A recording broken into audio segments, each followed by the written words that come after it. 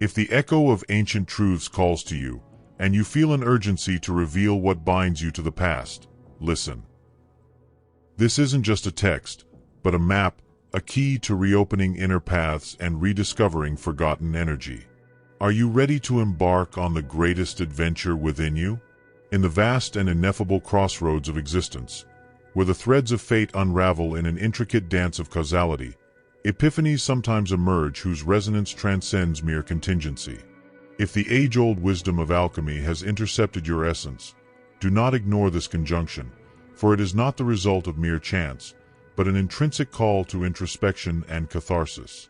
The truth, often hidden beneath layers of oblivion, lies in the revelation that trauma, far from being a mere transitory event, can open internal portals, energetic gateways that, if not properly repaired, can perpetuate themselves, eroding our vitality and imprisoning us in repetition compulsions. Sometimes, through a fortunate and spontaneous resolution, these portals close, restoring the lost balance. More frequently, however, they remain wide open, like invisible wounds that drain our vital energy and confine us to recurring behavioral and emotional patterns, a labyrinth with no apparent escape. If you sense an inescapable force pushing you toward an unresolved past, if certain wounds seem impervious to healing, and your emotional world appears like a tangled maze, know that this is not mere fate, but an unmistakable sign. The ancient initiates of alchemy, custodians of esoteric knowledge, grasped this profound truth. They did not consider trauma a simple emotional wound, but a true dislocation in the fabric of vital energy, a condition that could, alternatively, chain the individual or elevate him to a higher transformation. And this is where alchemy, in its most sublime sense, comes in. The true alchemical process has never been limited to the vulgar transmutation of base metals into tangible gold. Its deepest essence lies in the transmutation of consciousness, the closing of these internal portals, and the restoration of energetic integrity. The crucial question, therefore, is not whether it is possible, but how to achieve this miracle. Today, we will delve into this arcane mystery, and at the end of this journey, I will guide you through alchemical practices designed to definitively seal these gateways and transmute your energy once and for all. Prepare yourself, for once you understand this process, returning to your previous state will be an illusion. If the introduction has awakened a deep echo and intimate resonance, please leave an immediate like. It will be your silent assent, a sign that this quest for truth and transformation is also yours. And if you wish to support this shared journey toward enrichment and awakening consciousness, consider subscribing to our channel. Your support allows us to continue forging valuable content on this alchemical path. Allow me now to tell a short fable, a narrative archetype that, in its simplicity, encapsulates the depth of our discussion. Long ago, in a village nestled among the peaks of ancient mountains, there lived an elderly blacksmith whose fame spread far and wide, thanks to his mastery of forging rare metals. Few, however, knew his origins. Once, he was an impatient young man, intolerant of the long and meticulous refining processes. One day, walking along the banks of a sparkling river, he discovered a rough piece of gold hidden among the pebbles. A wave of euphoria washed over him. "I am rich!" he exclaimed in his heart. Without delay, he took the gold to his workshop and began shaping it. But something was wrong. No matter how much he heated it and hammered it, the metal remained impure, dark spots marring its surface, preventing it from achieving the perfect luster he had imagined. Frustrated, he attempted to sell it, but every buyer refused. In desperation, he returned to the river, hoping to find another piece. It was then that he encountered a wise elder, sitting on the bank, absorbed in contemplating the flowing waters. "I see you have found something precious, but you cannot refine it," the elder said in a calm voice. "Pure gold is not found ready-made. It must be placed in the right fire, at the right temperature, and only then will it reveal its true essence." The young blacksmith hesitated. He wanted quick results, not a long, laborious process, but he decided to heed the advice. He took the gold back to his workshop and, for weeks, heated it, melted it, filtered it, and repeated the cycle countless times. The process seemed endless, but with each purification, the impurities dissolved, until one day, finally, the metal shone in its purest form. In that precise moment, the blacksmith understood that it wasn't just the gold that had been transformed. He, too, had changed. His impatience had turned to patience, his frustration to discipline, and his desire for wealth had been replaced by the joy of mastery. The pain of failing so many times hadn't been in vain. It had been necessary to teach him what no technique could ever convey. And so it is with you. What you perceive as a burden, an endless struggle, is actually part of the alchemical fire refining your essence. Pain can harden you or purify you, and the choice, ultimately, is in your hands. Since the dawn of time, men of profound wisdom have intuited this truth. In ancient Egypt, temple initiates debated the imperative need to dissolve the ego to attain enlightenment. Hermes Trismegistus, the legendary demiurge of hermetic knowledge, revealed a mystery that has transcended the centuries. That which is below is like that which is above, and that which is above is like that which is below. Have you ever pondered the hidden meaning of this maxim? It posits that your external reality is merely a faithful and mirrored refraction of what vibrates within you. But here's the paradox. If reality responds to your internal state, what happens when your psyche is fragmented by unresolved traumas? What happens when your energy is trapped in cycles of suffering and reiteration? Carl Gustav Jung, with his keen insight, understood that the true metamorphosis of the psyche adheres to the same principles as alchemy. In his work, Psychology and Alchemy, he revealed that the process of individuation, the path to completeness of the self, is not a linear path, but rather a spiral of self-knowledge and integration. Just as the alchemist disintegrates and reconstructs matter, human beings are called to confront their own shadows, deconstruct limiting beliefs, and reintegrate the fragmented aspects of their consciousness. The ancient alchemists, with their ancestral wisdom, already knew. To transmute the mind, one must first break it and reconstruct it in a new form. Now, question your spirit. How many times have you felt an intrinsic need for change?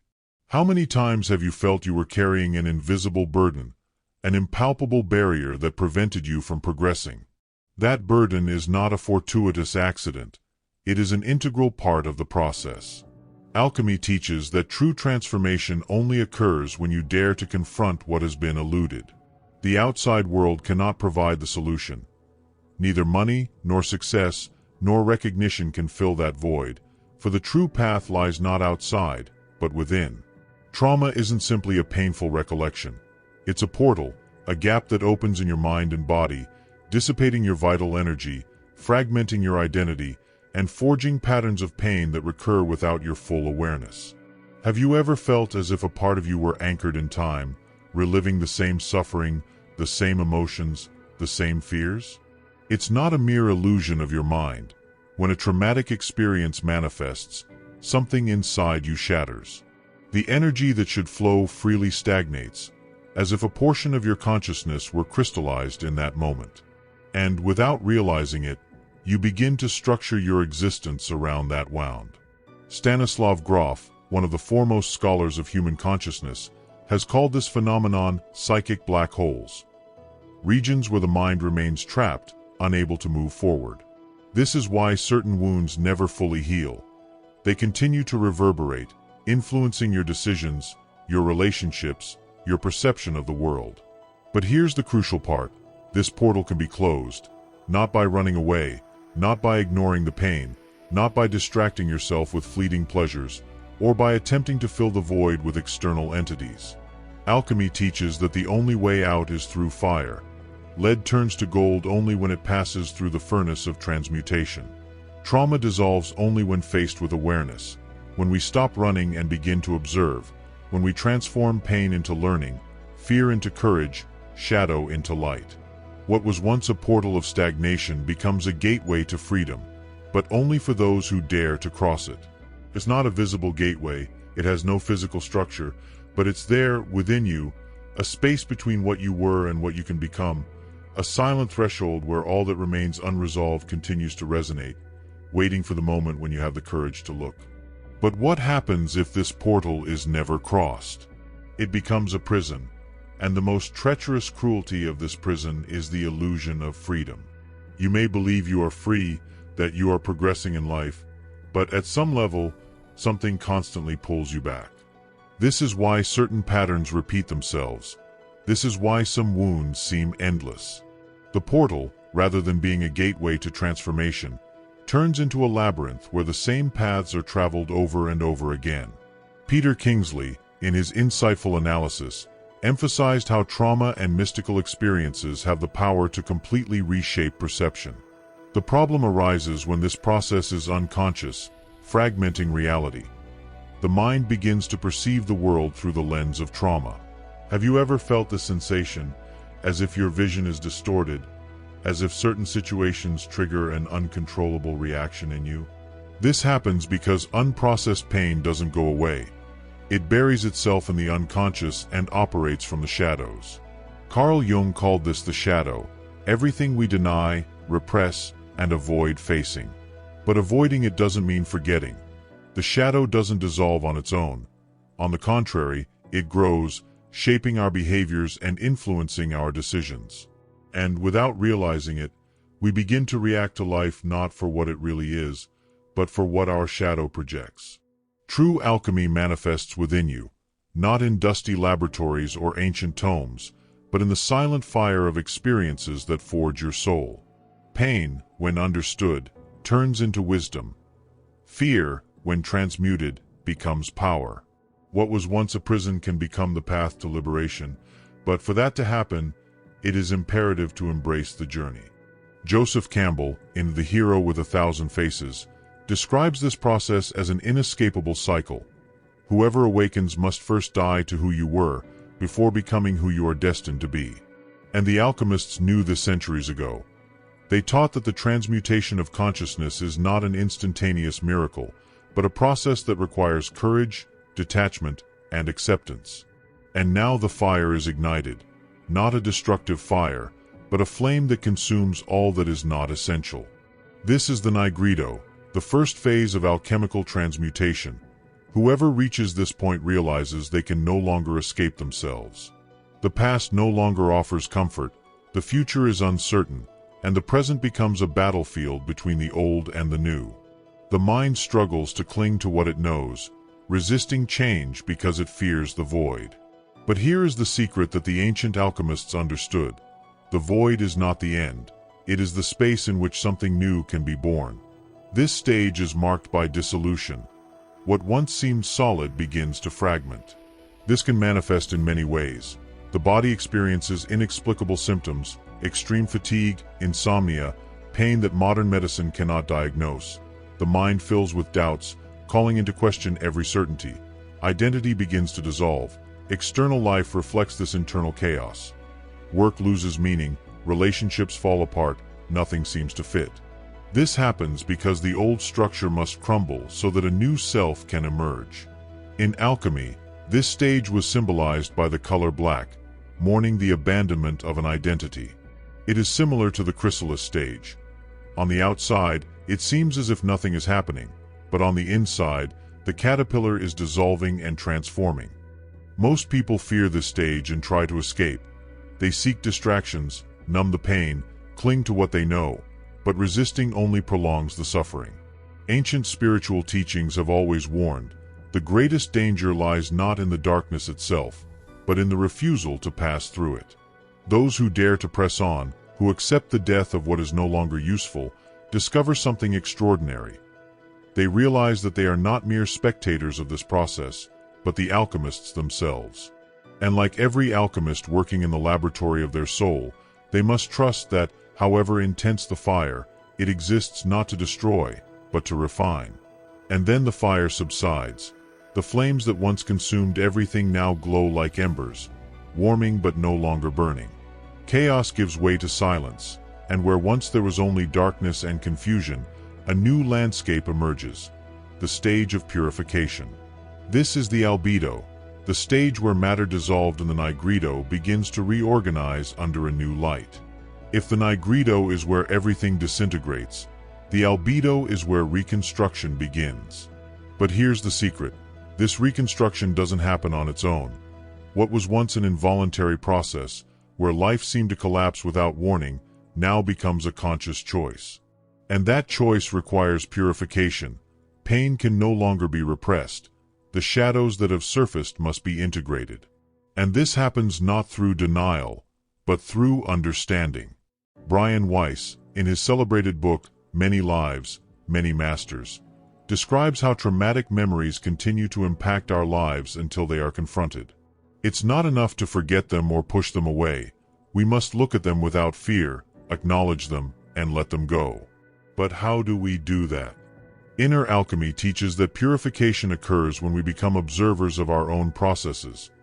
This means not allowing ourselves to be consumed by repressed emotions, but dissolving them with awareness. Conscious breathing allows us to access the present and break cycles, automatic emotions. Deep meditation connects us to something beyond the rational mind, giving us an intuitive understanding of what needs to be released. Water, ever present in alchemical representations of albedo, symbolizes this flow. It is the element that washes away impurities, purifying what was once stagnant. And then something happens. For the first time, a lightness manifests. The weight that once seemed unbearable begins to dissolve. It's like emerging from a suffocating space and breathing fresh air after a long time. The world, once distorted by mental confusion, appears clearer, more vivid, more distinct. This is the gift of albedo, clarity. But the journey is not yet over. Purification paves the way for something greater, something many desire but few truly understand.